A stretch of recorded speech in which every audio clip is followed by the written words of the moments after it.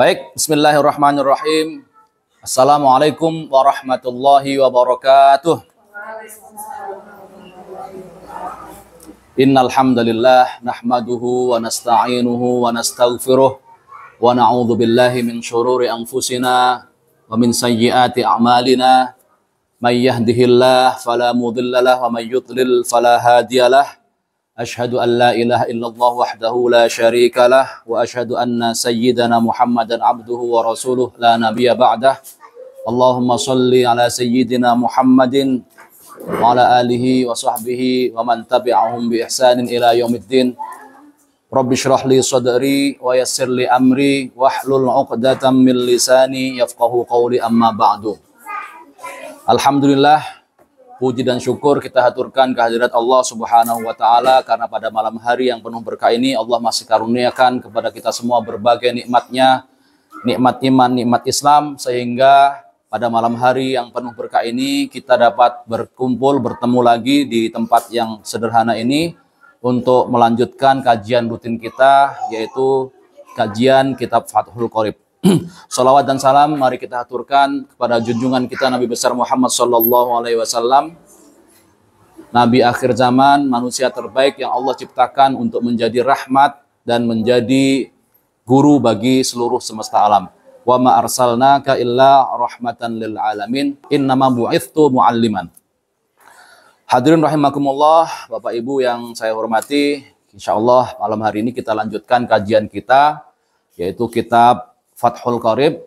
Sebelum kita mulai, mari kita buka terlebih dahulu majelis kita yang mulia pada malam hari ini dengan sama-sama membaca Al-Basmalah. Bismillahirrahmanirrahim. Dan untuk menambah keberkahan, marilah kita hadiahkan suratul Fatihah untuk muallif kitab ini dan juga pensyarahnya, yaitu Al-Alamah Syekh Muhammad bin Qasim Al-Ghazi dan juga Al-Alamah Al-Qadhi Abi Syuja Al-Asfahani yang telah menyusun kitab ini, menulis kitab ini sehingga ilmunya, barokahnya, manfaatnya bisa sampai kepada kita semua.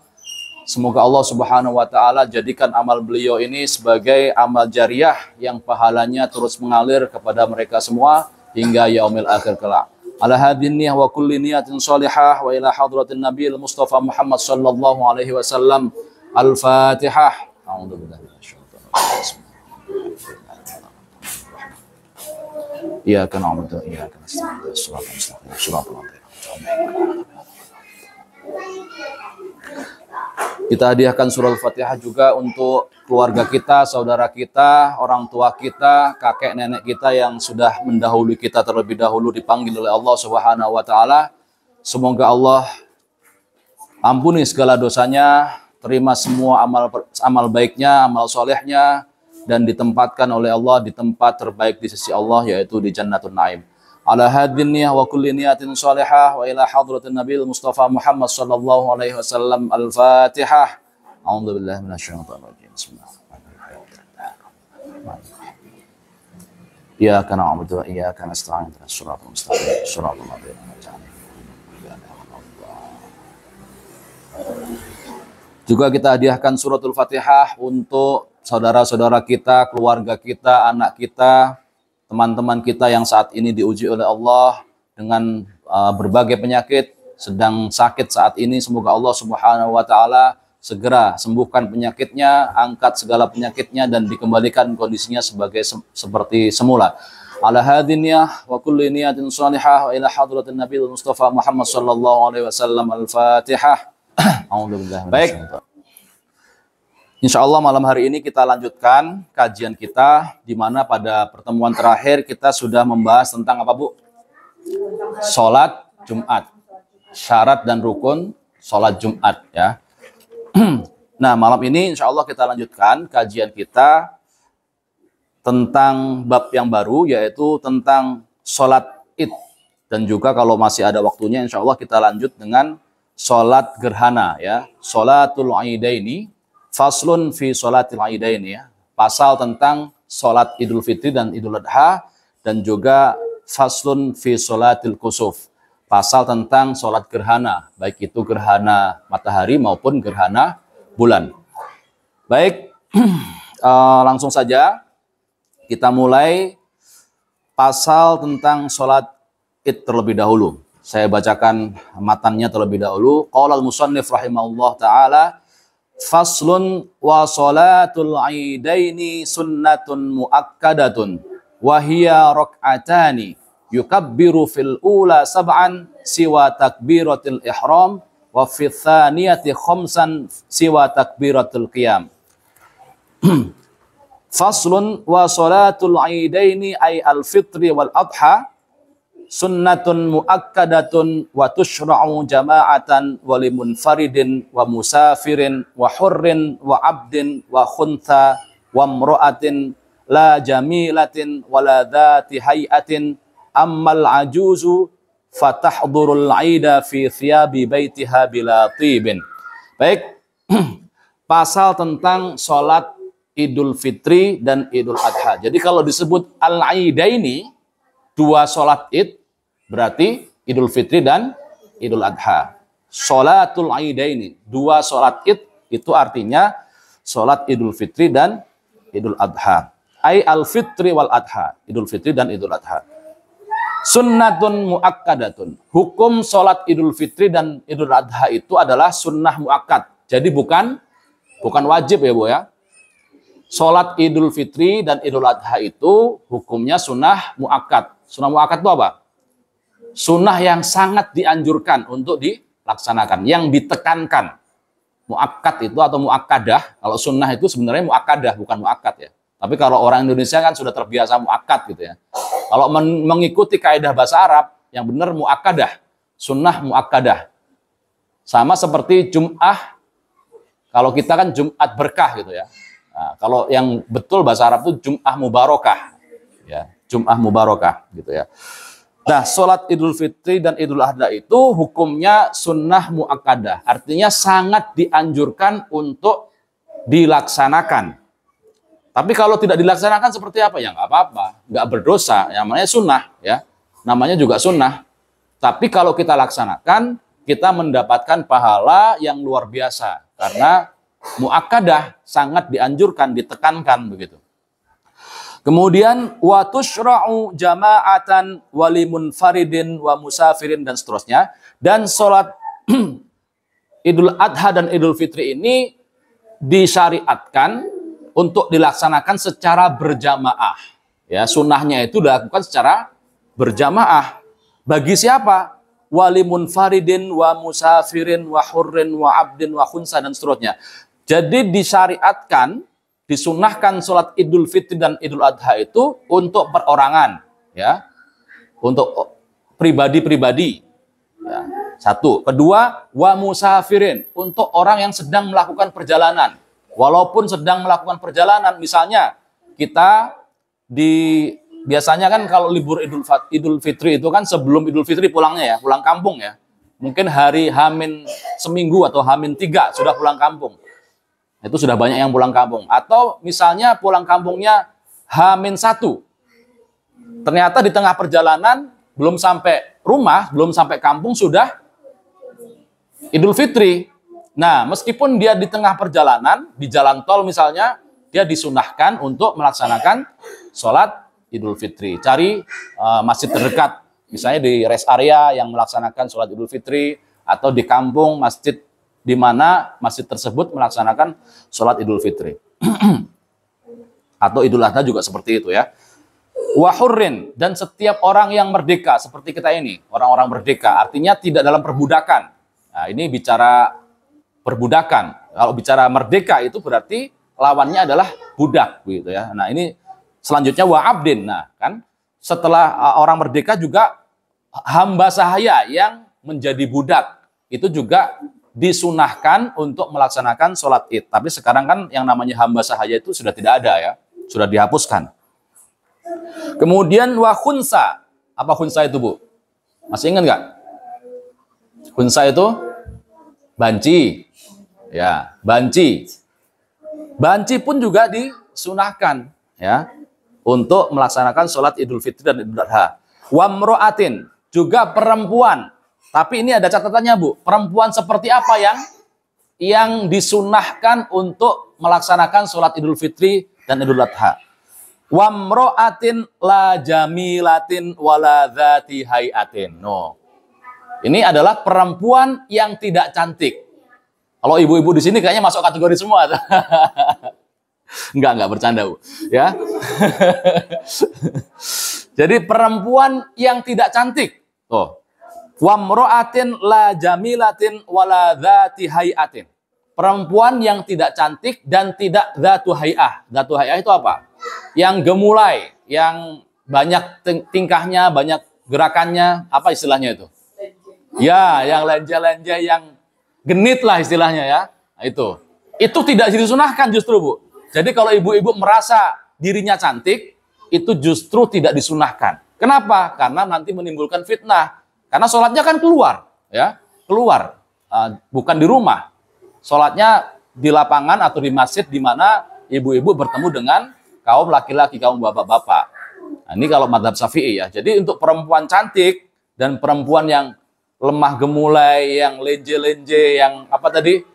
Yang gemulai, yang apa? Bersolek lah seperti itu ya. Itu justru tidak disunahkan. Bagaimana kalau dia tidak cantik tapi bersolek? Banyak gerakannya, banyak tingkahnya dan lain sebagainya. Itu sama, tidak disunahkan. Ya. Lenje-lenje, tidak cantik tapi lenje-lenje, ya tidak disunahkan. Enggak tahu diri.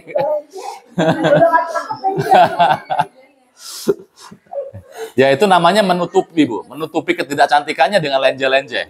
Ya. Itu tidak disunahkan justru ya. Ammal ajuz fatahdurul aida fi thiyabi baitiha bila tibin. Adapun perempuan tua, ya, ibu-ibu yang sudah nenek-nenek, itu boleh menghadiri sholat id, tapi dengan catatan fi thiyabi baitiha bila tibin, dengan memakai pakaian sehari-harinya yang biasa dipakai di rumah. Itu untuk nenek-nenek ya, orang yang sudah lansia, ibu-ibu yang lansia, yang nenek-nenek, yang sudah tua, boleh ikut sholat id, tetapi dengan pakaian sehari-hari yang biasa dia pakai di rumah, bila tibin, dan tanpa memakai wewangian. Nggak usah pakai parfum, nggak usah pakai minyak wangi. Gitu ya. Wa waktu sholatil aidi ma baina tulu'i syamsi wa zawaliha. Adapun waktunya, itu kapan, Bu? Dimulai sejak terbitnya matahari sampai zawal. Ya, zawal itu apa, Bu? Kapan, Bu? Masih ingat nggak zawal? Ketika matahari sudah tergelincir, bukan terbit. Kalau di tengah-tengah matahari itu apa? Matahari di tengah-tengah langit. Itu namanya istisqa.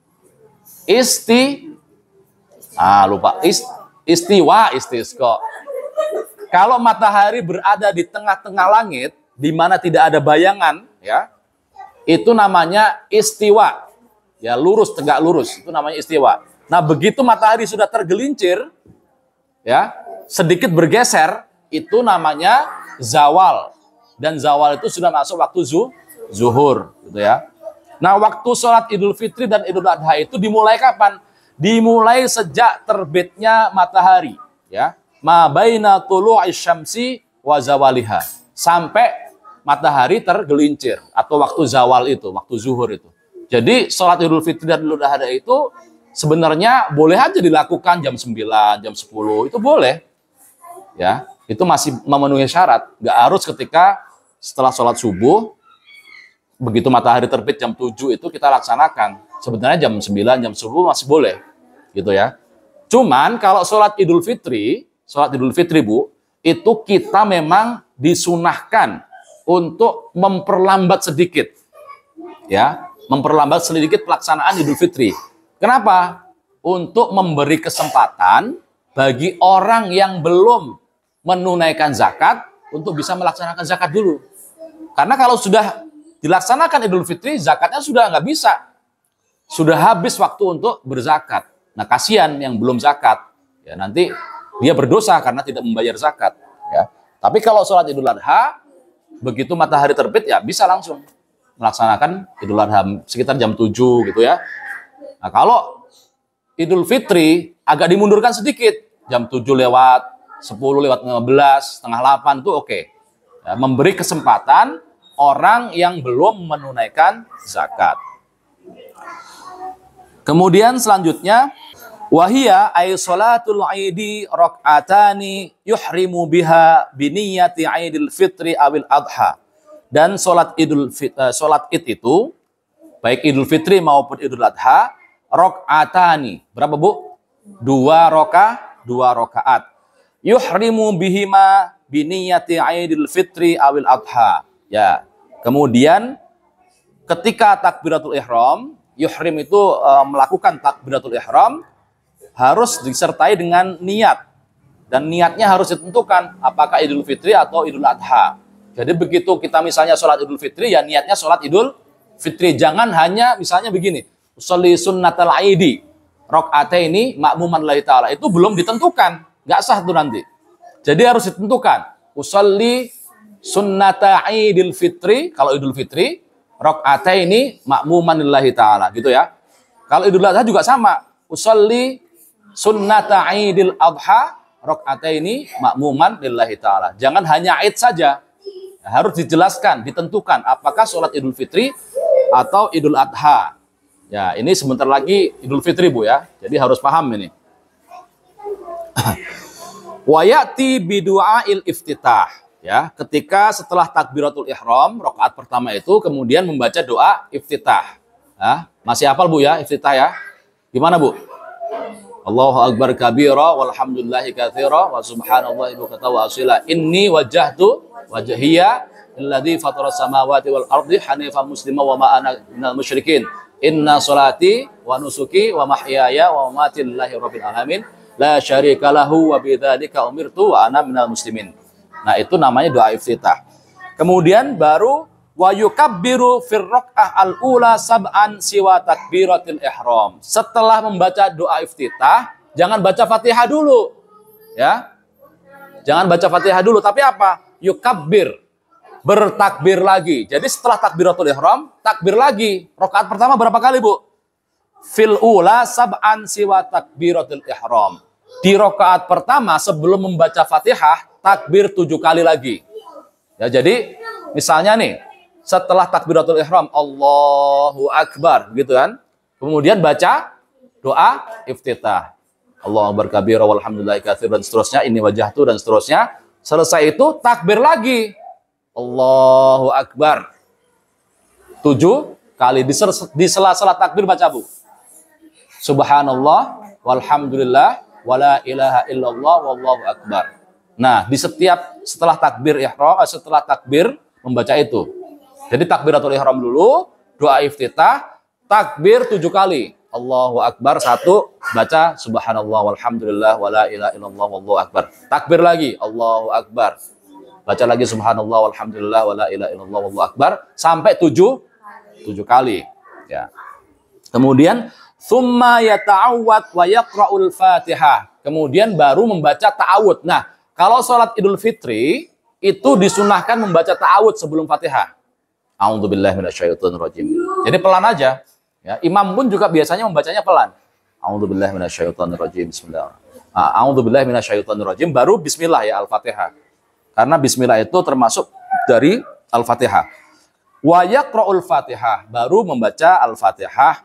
Tsumma yaqra'u ba'daha surata Qaf jahron. Kemudian setelah Al-Fatihah disunahkannya membaca surat Qaf, ya. Qaf itu lumayan panjang ya. Jahron, secara jahar. Boleh nggak kalau misalnya surat Qaf nggak bisa, belum hafal, diganti dengan surah yang lain? Boleh. Tapi sunahnya surat Qaf gitu ya. Baca surat apapun boleh sebenarnya. Surat yang pendek-pendek pun boleh, yang dihafal boleh. Tapi kalau kita ngikutin imam, ya udah dengarkan imam aja. Kalau sholat jamaah ya. Nah, kalau sholat id sendiri, baca surat semampunya, tidak harus surat Qaf. Jahron ya, dengan jahar. Kemudian wa yukabbir fir rak'ah ats-tsaniyah khamsan siwa takbiratil qiyam. Kemudian pada rakaat kedua, tadi anggap saja sudah selesai ya. Rakaat pertama, kemudian sujud, kemudian bangkit dari sujud, baru masuk ke rakaat kedua. Nah, begitu dari bangkit dari sujud, itu kan kita Allahu Akbar gitu kan. Itu juga takbiratul ihram namanya. Jadi itu tidak dihitung. Ya, ketika takbir setelah bangkit dari sujud itu tidak dihitung. Baru setelah takbir itu, setelah takbir bangkit dari sujud, takbir lagi berapa, Bu? 5 kali, ya. Khomsan siwa takbiratul qiyam, takbiratul qiyam. Nah, takbir lagi 5 kali selain takbiratul qiyam, selain takbir untuk berdiri tadi, ya. Baru kemudian tsumma yata'awwad, baru membaca ta'awud lagi. A'udzubillahi minasyaitonirrajim. Tsumma yaqra'ul Fatihah, dan kemudian membaca surat Al-Fatihah. Bismillahirrahmanirrahim, Al-Fatihah.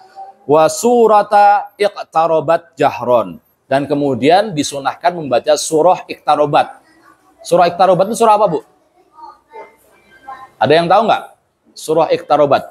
Iqtarobatis sa'atu wan syaqqal qamar, itu surat Al-Qamar, ya. Sunahnya membaca surat Al-Qamar jahron, secara jahar, ya. Jadi sunahnya di rakaat kedua membaca surat Al-Qamar atau surat Iqtarobat. Kemudian wa yakhtubu nadban ba'dahuma ay ar-rak'ataini khutbataini yukabbiru fi ibtidai